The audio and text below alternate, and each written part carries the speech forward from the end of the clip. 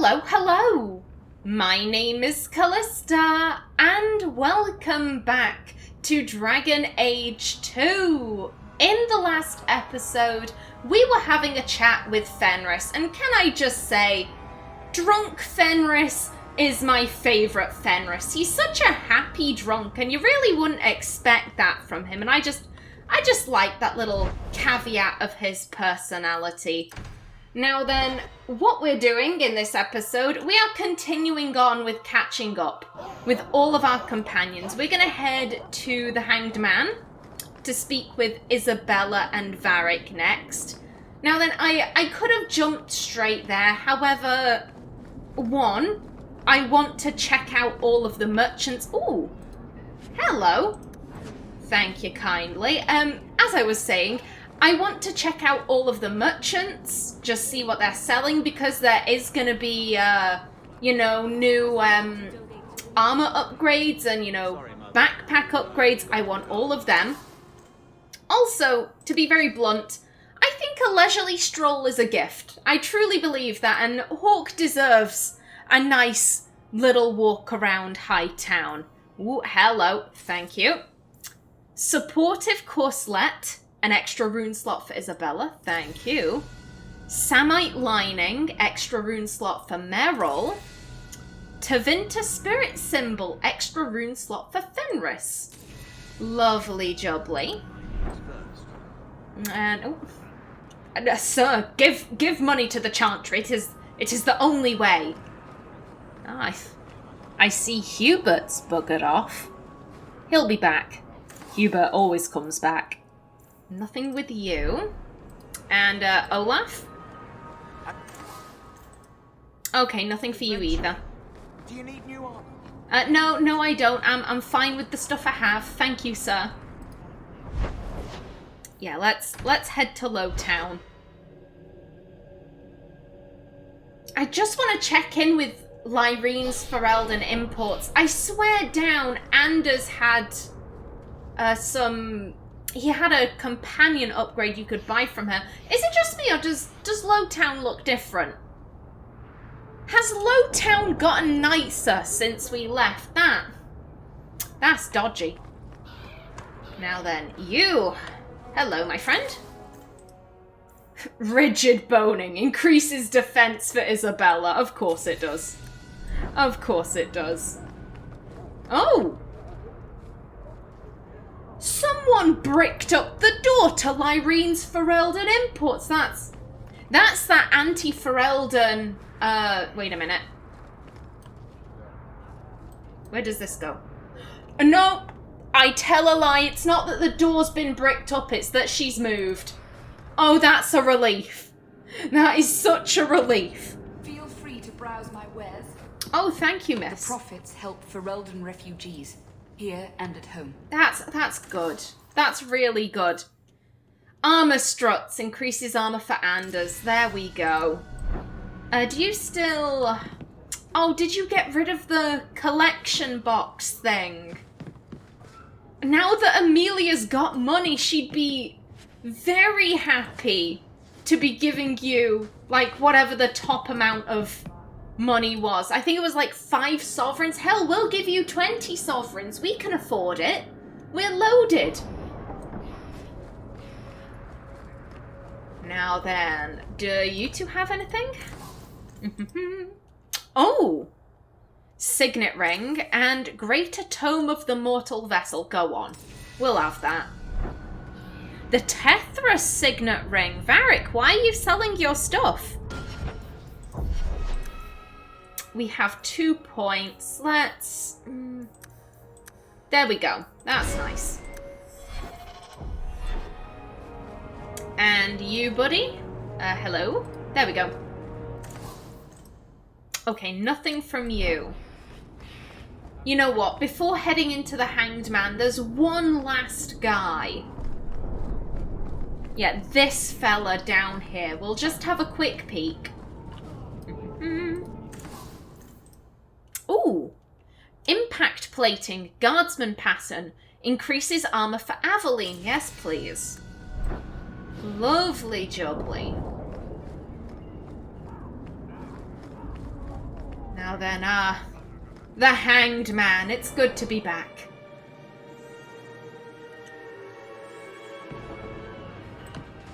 Isabela. Hello, my dear. It's like you haven't moved in 3 years. It's easier for people to find me this way.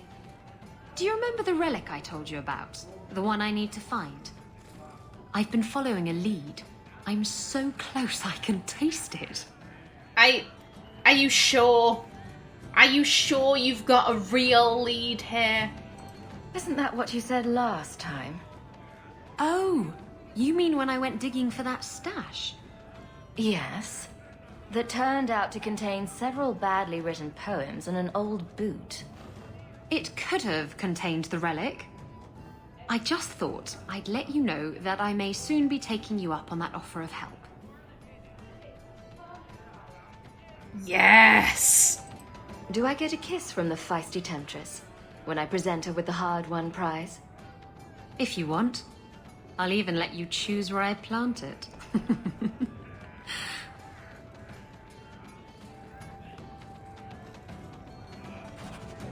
Damn! Isabela really likes it when you flirt with her. So, what's been going on with Isabela and Amelia? As I was saying before, I think Isabela and Varric were probably the two main people who were like, come on, leave the house. Just go on a walk around Hightown. It'll be fine. Just leave the house for like 5 minutes.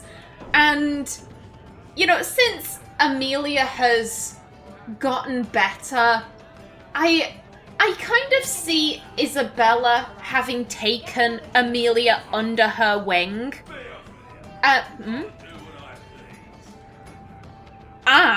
Good for you, mate. I'ma just ignore you. What was I saying? Yes, Isabela has taken Amelia under her wing. I think Isabela is really trying to increase Amelia's confidence, make her less anxious. And, you know, Amelia is still petrified of everything and everyone. However, I do think she's gotten a bit bolder, as you saw when she flirted back with Isabela.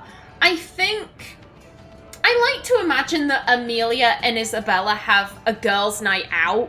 Once a week, they, you know, basically do a massive pub crawl and they just get completely hammered and tear up the town, effectively. Also, I mentioned this in Act 1. Amelia really was in awe of Isabela. How confident she was, how secure in her sexuality and femininity she was. She really admired that. She also thought, damn, she'd be fine.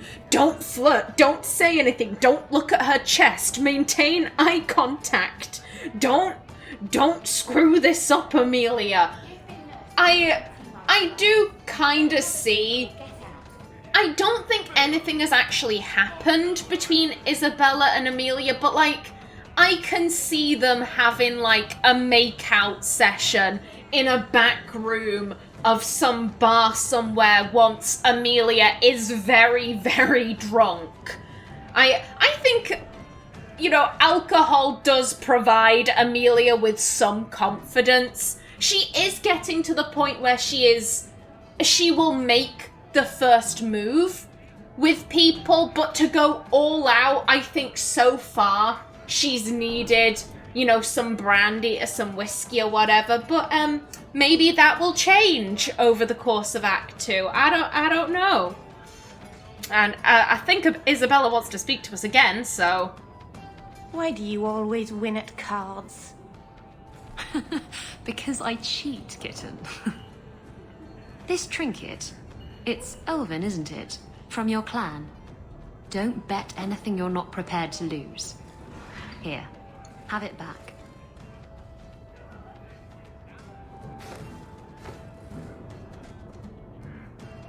A jigger of your finest whiskey for my friend over here. The Hanged Man's finest isn't much, but it'll get you just as drunk as anything you'll find in Hightown. She's so lovely.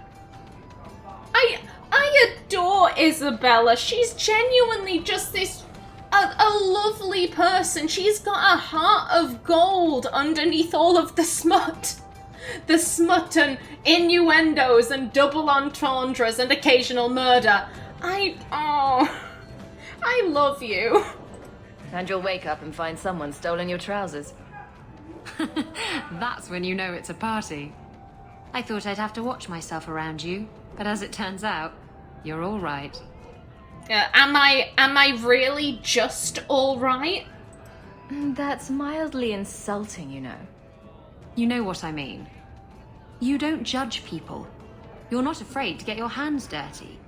You know, little things like that. If I had someone like you on board my ship when the storm hit, maybe we wouldn't have been shipwrecked. You don't judge people. Cut to a compilation of all the times Amelia has judged someone. I wouldn't necessarily bet on it, love. Maybe you would have been shipwrecked sooner. I'm a terrible sailor. Are you? I suppose I'll have to keel haul you till you shape up. Amelia, the heck was that? Oh, we're so close to having maxed out her friendship. We're so close. Oh, you see, Amelia?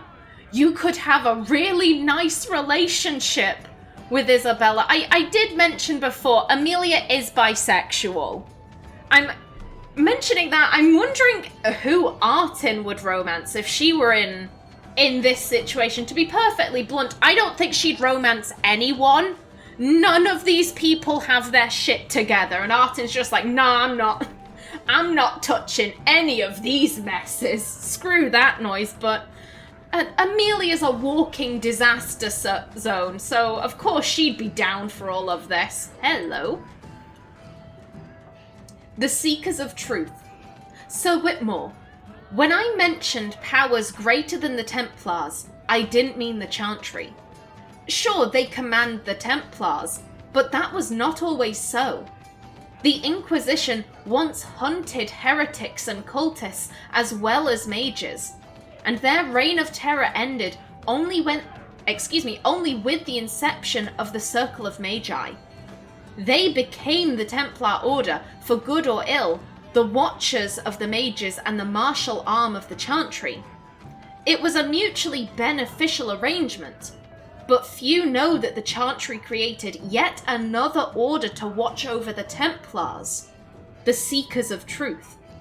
I know little of them myself, but I can say the following things with certainty. They serve the divine, and they are feared. When a Seeker steps from the shadows, Templars run for cover. Because why would he come unless the Templars somehow failed in their duties?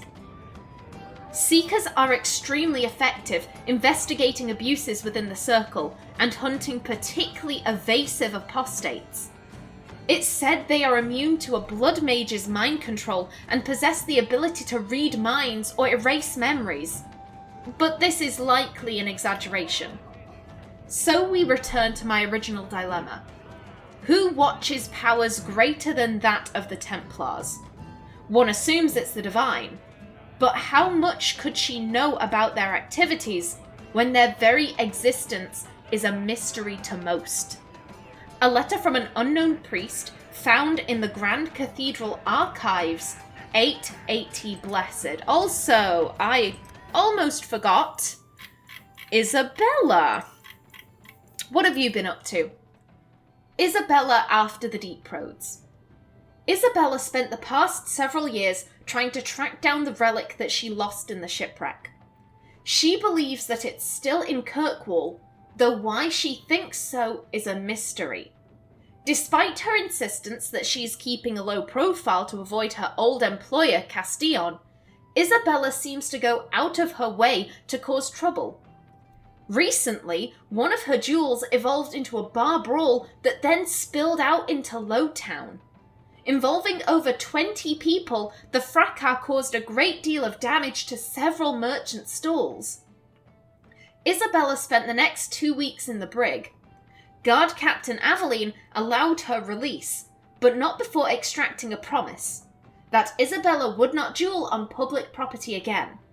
Whether Isabela actually keeps this promise remains to be seen. She's not going to keep that promise.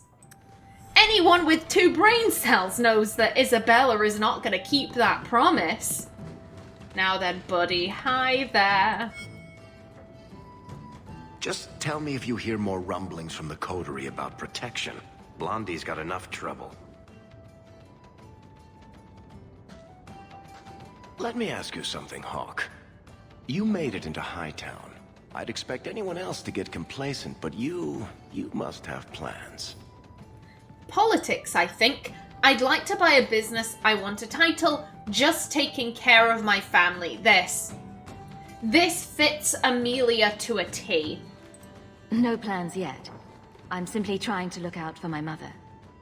I suppose after the whole business with Carver, it's a good idea to hang on to what you've got.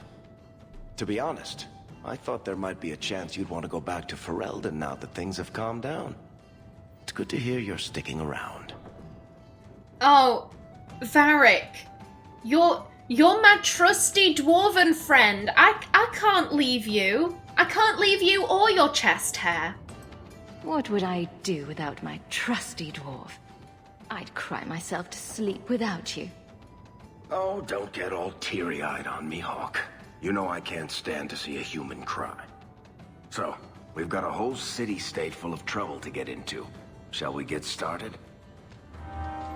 Oh, we shall, my friend. We shall in a minute, because I also have a ring for you.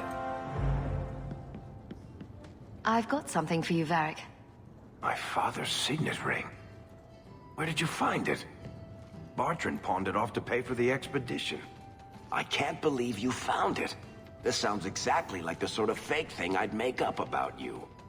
Well, when you retell this story, please feel free to embellish. When you tell people, mention that I got it from the belly of a dragon. I'll throw in a couple of werewolves and a griffin for balance.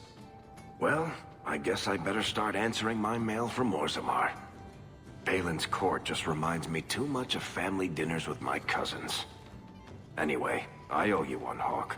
Remind me later to put you on my tab. Mate, I've been secretly drinking from your tab this entire time, didn't you know? Oh.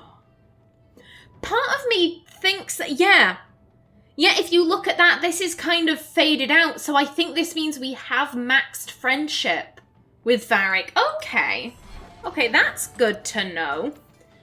Varric, after the Deep Roads. Bianca sends her regards. Bartrand vanished after the Deep Roads expedition, and Varric had to divert his attention from searching for his wayward brother to keeping the now abandoned family businesses from falling apart. Varric now occupies his brother's seat in the Dwarven Merchants Guild. Technically. He rarely attends guild meetings, and is hardly ever seen actually occupying the chair in their hall that belongs to House Tethras. He prefers to run the Tethras financial empire from his suite at the Hanged Man, and he never replies to his mail. And he never does, he never starts. So, Varric and Amelia. In Act 1, Amelia viewed Varric as a mentor figure. Now she really does view him as her best friend. He did so much for her during that year where she was kind of grappling with her mental health, and she feels so grateful for that. She feels so grateful that he never gave up on her and that he never stopped visiting because she was a bit of a downer, if that makes any kind of sense. Also, I think she feels badly for Varric, because I do think she realizes that he feels responsible for Carver's death and for what happened on the expedition. And she's told him countless times, listen, Varric, I don't blame you for what went down. I don't blame you for Carver's death. I don't blame you for Bartrand's betrayal. You don't need to feel guilty about it. But I get the feeling that Varric is the kind of person who'd be like, oh, thank you for saying that. But internally, they're like, she's just being nice. She's just saying that to spare my feelings. Ultimately, I am responsible. And I think that feeling is probably why Varric never gave up on Amelia. Because, look at it from his perspective. He purposefully sought this woman out. He sought this young lady out. He convinced her, hey, partner up on this expedition. I'm a vouch for my brother. He's 100% not going to betray us. And then what happened? Bartrand betrayed them. Carver died. I think it would be pretty fair for Varric to feel like, I wrecked this young lady's life. She was just going about her business, and then I got involved, and I fucked her shit up. And as I said, Amelia does not feel that way.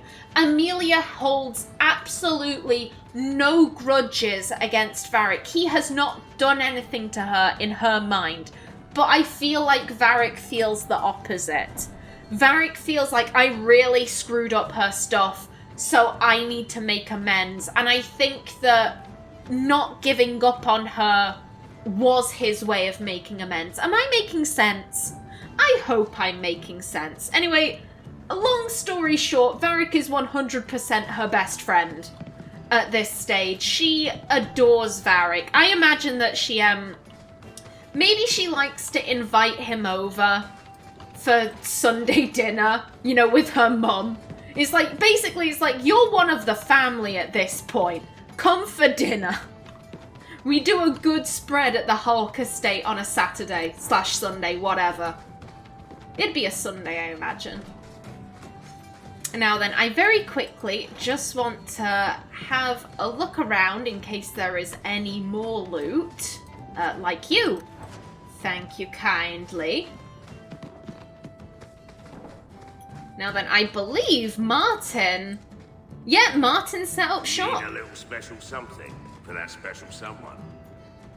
Buddy, we gave you the poison under the assumption that you weren't marketing it as deadly to people. As Amelia's thinking was that if he's selling rat poison and someone uses that rat poison to murder someone, that's not exactly on him. But if he's outright being like, nah, you can kill some hoes, and that's a bit dodgy in Amelia's opinion. Ooh.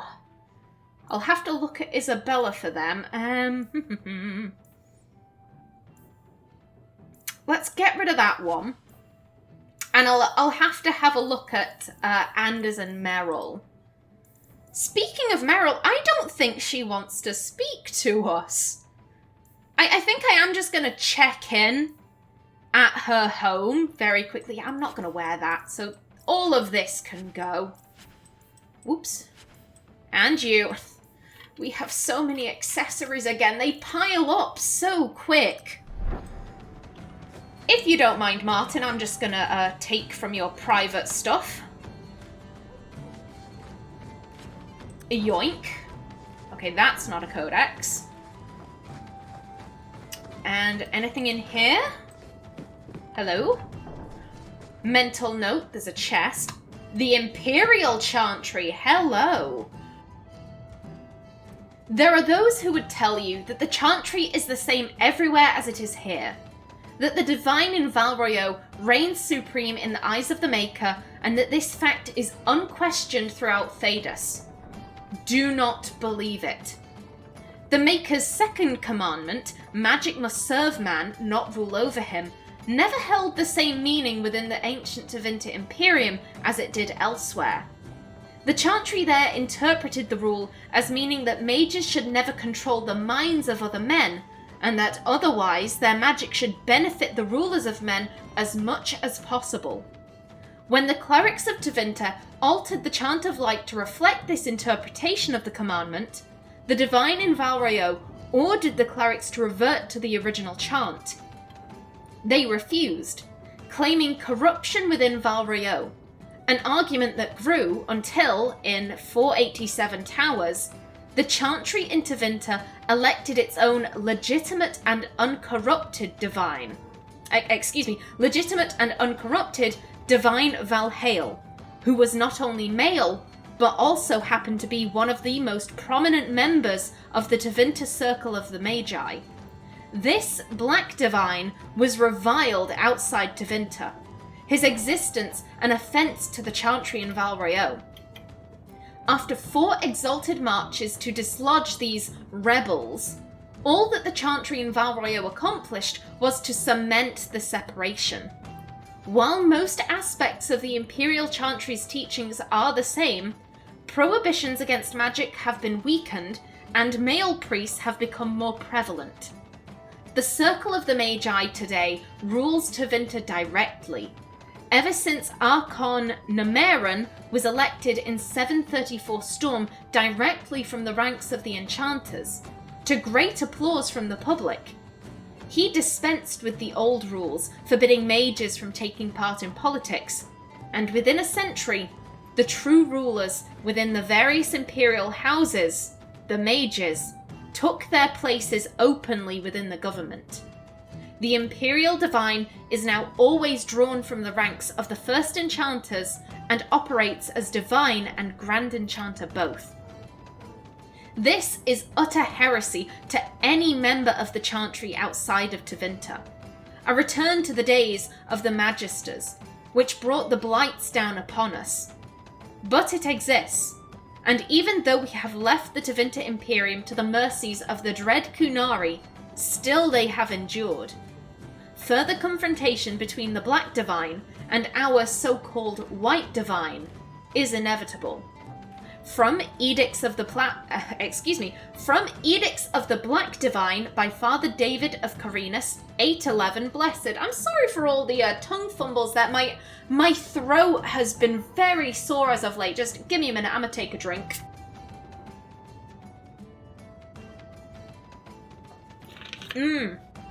That's better, excuse me. Alrighty then, where to next?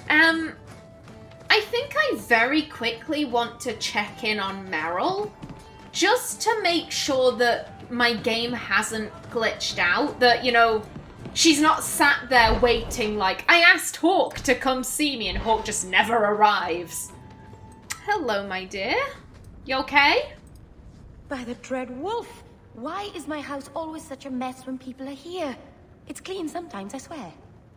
Okay, so it does seem like you don't have anything to say. Any codex entries? Oh. Hello, you. It's been a while since I last saw you knocking about. For anyone who doesn't, whoops. It's so hot in this back room. Not only is my throat shot to shit, it's so warm in this back room. I apologize. And it's like right at the end of the episode too. I've been doing so good with the tongue fumbles and then I fall at the final hurdle.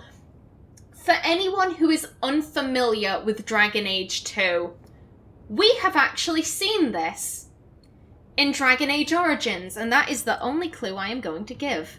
Okay, you're not a codex entry. Anything at all? Nothing in her lavatory. Okay. Now then, Amelia and Meryl.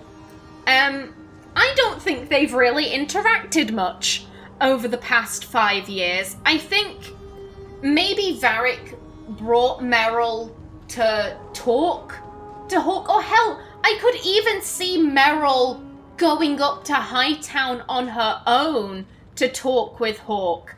And, you know, I think Varric very quickly realized that, oh shit, Hawk's mood takes a significant drop every time Meryl is in the vicinity. And I think maybe Varric said, hey Daisy, don't don't be coming up to Hightown. He probably said it in a very charming way as to not upset her, but I think he probably would have had to tell her, don't keep going up to the mansion. As for the other 2 years, I think that Hawke would have checked in on Meryl, but let's be brutally honest, it wasn't out of a sense of friendliness or politeness. It literally was Hawke opening Meryl's door, looking in and being like, have you murdered anyone yet? Have you become an abomination? No? Okay, I'll be back next week, and leaving. Literally, the only reason Amelia checks up on Meryl is to make sure she's not murdering children or whatever else that blood mages like to do on the weekends.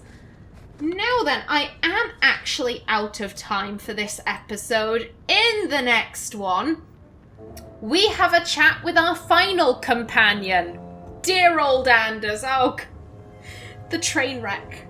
The train wreck resumes. But until then, please remember to like if you enjoyed, leave a comment below. And if you wanted to subscribe, it would be very much appreciated. I've been Kallista. Thanks for watching, and see you in the next episode.